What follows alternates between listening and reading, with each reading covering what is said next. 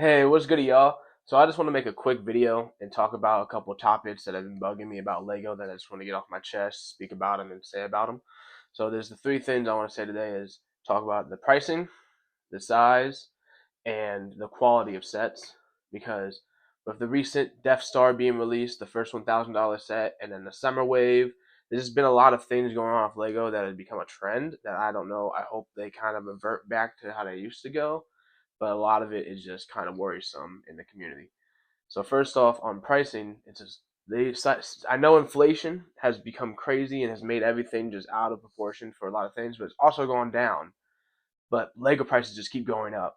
In certain sets, I just can't see paying for them. Like some are very well priced. Like this U-Wing I got a couple weeks ago, very well priced. Didn't mind it at all.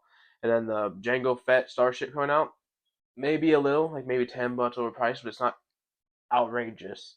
But then like the new MTT Battle Fallujah set, and then the what is it called? The Turbo Tank. I forget what they call it, the Juggernaut or something. But the Turbo Tank is extremely overpriced. They have 800 pieces, and they're going for double what usually that piece count would be at for the price. Which I get. The minifigures are very nice and very exclusive, and haven't been in the set before, and it's a very wanted thing by the community. But there's a set that has the same amount of pieces for a Jurassic Park or a Creator set or something, and it's $80. And I get you have that Star Wars tax, so Disney has to charge more for that Lego. So I mean, if even if it's just $100, that would make so much sense. It's about the size of $100 sets we're used to at this point. That's fine. But then you have it just doesn't make any sense because then you have sets like this from I get it 2010. This was $60, and it's huge, and it was 500, 600 pieces. It made sense. But then now you have 800-piece sets that use way smaller pieces. You're getting a smaller build, and it doesn't make any sense. And then like the new Death Star that came out, I'm not a big baller who's gonna go get those $800 sets, so it doesn't really bother me too much when I see the set like that be $1,000, and I don't think it's worth it. Like to me, they basically just took, I don't know if you can see these in the camera, but the dioramas. They basically just took the dioramas they already made a couple new ones, and then put them on a circle, which feels very lazy. And it's just like if you already have this diorama and the other, I think two that are in there, you got half the set already. And then it just doesn't make sense. Now you're gonna go buy it for $1,000 for a smaller version of that diorama in one little pod. That doesn't make sense to me. And it to me it does have 9,900 pieces or something. So I guess the price does make sense for what it is.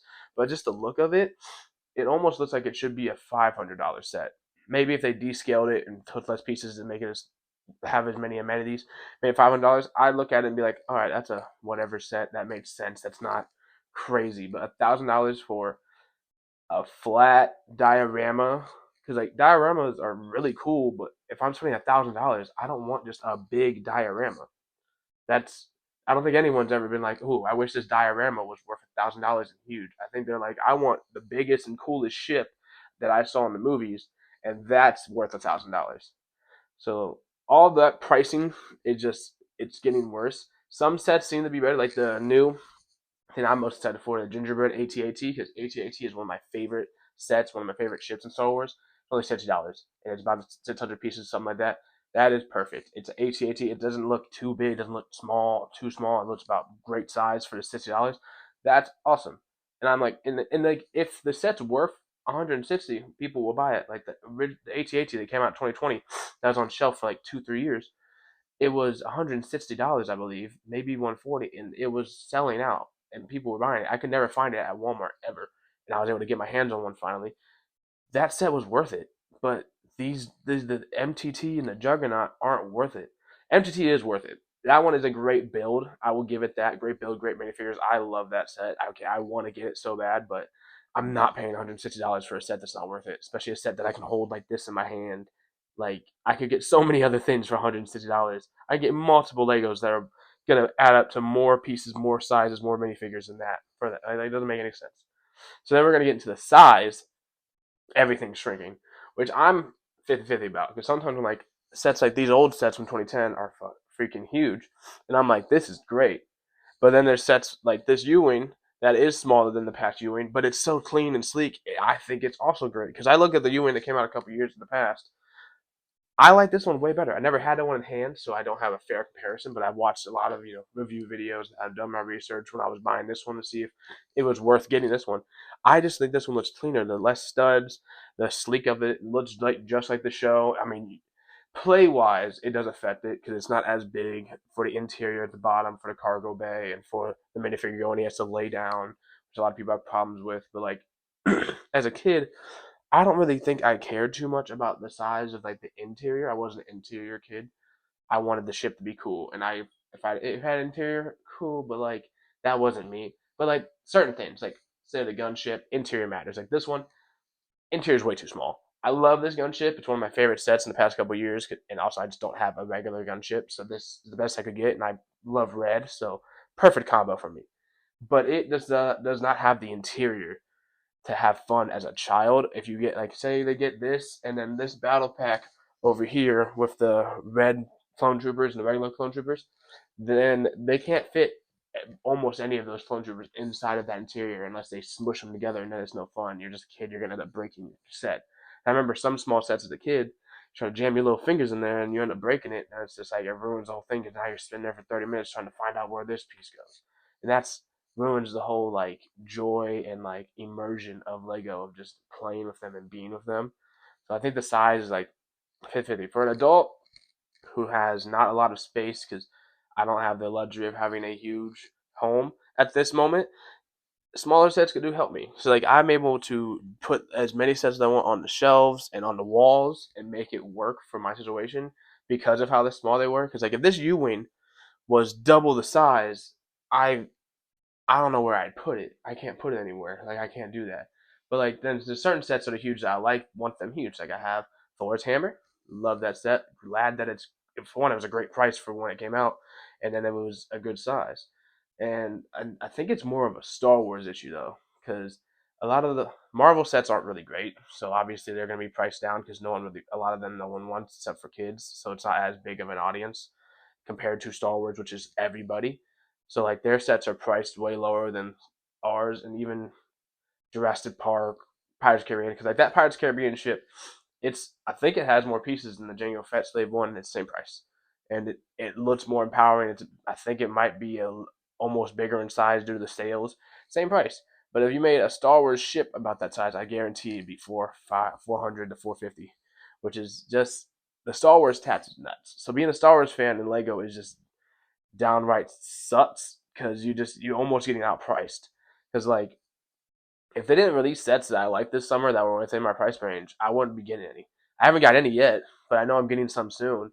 I know I'm getting the K2SO and then the Jango Fett Slave One and then V19 Torrent. Those are the three that I was like I want. And K2SO, great looking set, great price. Can't wait for that one. You have a spot for it already up with my droids. But besides those, and then Wicket, I want bad, but I can't bring myself to buy a buildable figure this big for $120. And that's insane to me. Like this BD1 was $100, and it is, and then the Wicket is going to be about the same size as Grogu, and that Grogu was like 60. That doesn't make any sense to me. Why would I don't get it at all? So like the sizing and like the stuff doesn't make sense. Because sometimes if you're not gonna go by the piece count, if Lego's not gonna go to a piece count, they need to make the size adequate.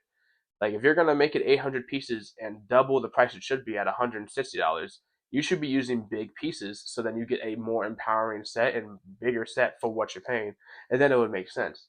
But if you're gonna use all these tiny pieces, just make it the price it should be, or lower at least by 20 to 30%, because Lego's making money. They have all of us in their pocket. Like they've already, I think there's something like they've already made like 4 billion this year already, and the year's not even over, and they're already profiting. And I guarantee you, if you lower that price of the Lego down to $100 instead of 160, their profits are still going to be at like 3.8 billion or something. Like they're not going to hurt.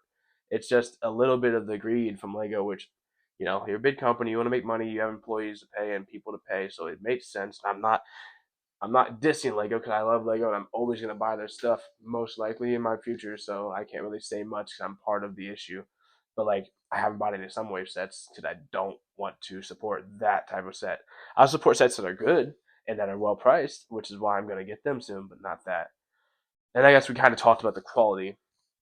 I will say that is the one bright spot on this topic is Lego's quality has gotten better. Besides the turbo tank, that was atrocious. I've had my friend has one in person, and literally you touch it, it crumbles. And like if it was like a UCS or an 18 plus set, and it did that, it made sense. But like I have the Transformer sets; those are the most fragile sets I've ever had in my life. Like this Optimus Prime right here. Let me get him for you.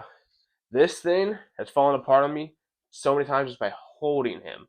But it's an 18 plus set. It's made for display. It's not made for play. That's okay with me. I don't have an issue. It annoys me a little bit because I don't want to have to rebuild a set every time I pick it up or try to transport it. But I understand it because it's not made for a child or a kid to be playing with it. So that makes sense.